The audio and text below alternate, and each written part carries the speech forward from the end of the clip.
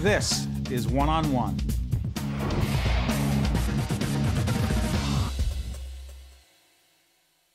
Welcome to One-on-One. I'm Steve Adubato. It is our pleasure for the first time to introduce one of the top CEOs, not just in this state, but in this country.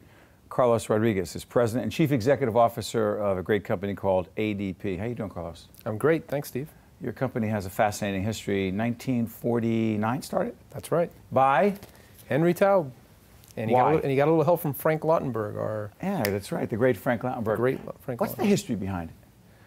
Well, Henry saw a need, as all entrepreneurs do, and started off just by himself, going around trying to sell his product, and created an entire industry that is now multi-billion dollars, and obviously an enterprise that just alone ADP is $12 billion. And he got a little help from Frank. A few years later, Frank became the first full-time salesperson.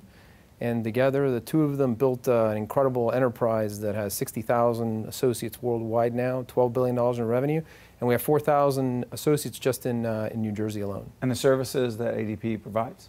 We really are obviously what we're known for is payroll. That's how the company started. That's how Henry started the company, is really helping people do their payrolls, pay their taxes. But we've branched out into a number of other services for employers, including benefits administration, time and attendance systems, performance review systems, recruiting tools, so all kinds of stuff related to anything from hiring an employee to taking them all the way through retirement. We should also disclose that one of the underwriters of this program is a mutual friend of ours, Josh Weston, who is was connected to ADP as the former CEO, actually our third CEO, That's and right. happened to be our sixth CEO.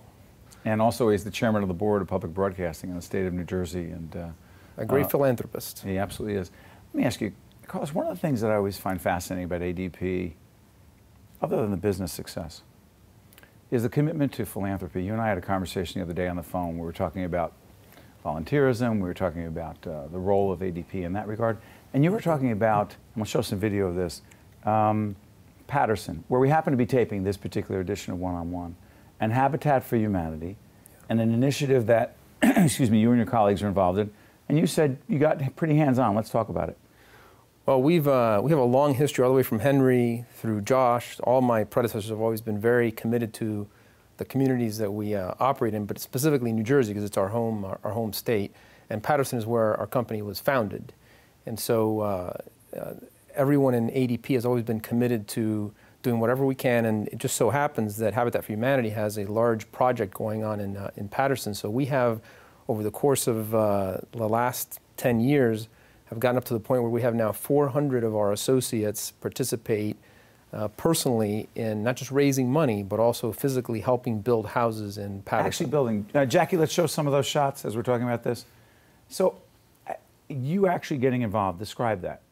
Well, I think you got to lead from the you know, I think you got to be leading from the front and from the top, and I think that's something that we've always believed in at ADP. And so I personally, for the last couple of years, have been going out and participating with our associates, and it's been great because you get a sense of fulfillment because you actually see physically the impact of what you're doing. But the most satisfying thing was going back this year and looking at a house that we helped build last year and seeing toys on the balcony of that house, knowing that there's a family with kids that are actually now being able to live in that home and enjoying it. Why is community involvement and volunteerism such a big deal? I mean, particularly in these tough economic times, you say, hey, it's bottom line, we got to get productivity out of our people. And then you turn around saying, hey, we promote volunteerism. And then when they are out there doing what they're doing, they are not, quote, in the office being productive. Is that a contradiction? I don't think so. I think we have a lot of stakeholders as a large corporation, and you're right, at the end of the day, we do need to deliver profits for our shareholders, but we also have, I think, commitments to and obligations to our communities and to our associates. And so I think our volunteerism and the activities that we have through our foundation in terms of just philanthropy, I think are a way of giving back to the communities that we serve, because we want strong, vibrant communities. It's good for us, it's good for our associates, and real it's good quick, for our clients. sorry for interrupting, Carlos, some of the organizations that you actually are very involved in are pretty terrific organizations. Name a couple.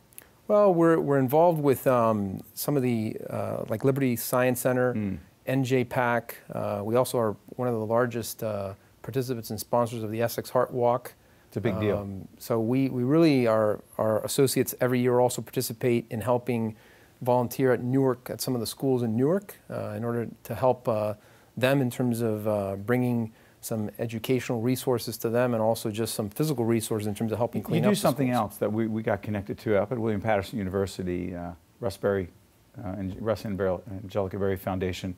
They do a terrific sales competition, amazing sales competition that ADP is a big part of as well. This sales training institute, the Berry operation is amazing up there, and you guys are involved in that with William Patterson University. I just happen to know that as well. No, it's great. I actually got a chance to go there and do a little bit of a tour, and it was really quite impressive that they involved some of our sales folks them physically go there and help train some of the students. And it's great because we have a large sales force that we're always looking for bright young people coming out of school with good sales skills. Recruiting tool, huh? It's a good partnership. Before I let you out of here, your journey to the position of leadership at ADP. Where'd you grow up? So I actually was born in Cuba, and when I was 3 years old, my family in 1967 moved to the United States to Miami, Florida, along with, as you probably know, the history of what's happened in Cuba. So a lot of folks left, fleeing communism, and we fled to the United States. Fortunately, thank goodness, this country welcomed us with open arms. Grew up in Miami, Florida, went to school in Boston. Went back to live in Miami, married a wonderful woman who was from Miami as well, and then joined ADP really through an acquisition. I was with a company that got acquired by ADP in 1999, and then in 2007, ADP asked me to move to New Jersey, so I did. It's been a wonderful move for me and for my family.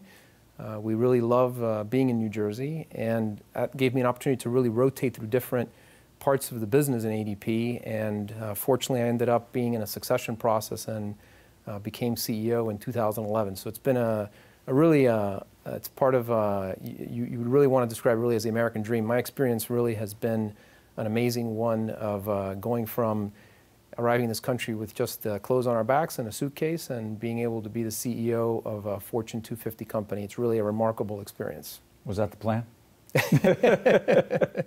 Well, you know how it is. It's never the plan. And by the way, there could have been lots of other outcomes that I would have been perfectly happy with, but you know, I couldn't have asked for more in terms of a dream. I really grew up in a household where I heard from my parents and my grandparents stories about when they were in Cuba, they were entrepreneurs and had businesses, and I was always interested in business. Given everything you've experienced that a lot of us can't even comprehend, one of the keys to success for those who say, hey, listen, I'm born into a certain situation. What are the odds? I mean, I could never. Look where I was born. Look where I was raised. Look at the schools. Look at my circumstances. I could never. You say? It's really about, it sounds like a cliche, but it's hard work and education. And the education part, you know, I was fortunate enough that I was given financial aid and scholarships to be able to go to college. Otherwise, I would have never been able to go to college. So one of the other things that we do in terms of our community involvement and giving back is we have these scholarships that actually last week we just celebrated giving them out. They're called the Henry Tubb Scholarships, where we give out scholarships to 5 of the children of our associates, $20,000 per year for 4 years each, precisely to be able to make sure that people who want to attend college can attend college, and that financial hardship is not something that gets in the way. So it's a combination of education. It's what opens up the doors to opportunity in this country. I think Henry believed it. Josh believes it. I think all of my predecessors believed it, and it's something that the foundation is a big sponsor of, is of scholarships. But you really can't take away also the part of hard work. There really is no substitute, and people are always talking about connections and networking, and those things all help. And a little bit of luck, by the way, helps, because I definitely had a little bit of luck in my path to being in the seat that I'm in. But I think there's no substitute for hard work. So as much as it's a cliche, I think hard work is really the key. And never giving up. Carlos Rodriguez, President and CEO ADP. I want to thank you for joining us. We appreciate it. Thank you, Steve. Appreciate it. Fascinating people. One-on-one, we'll be right back right after this. Thank you very much. Good job.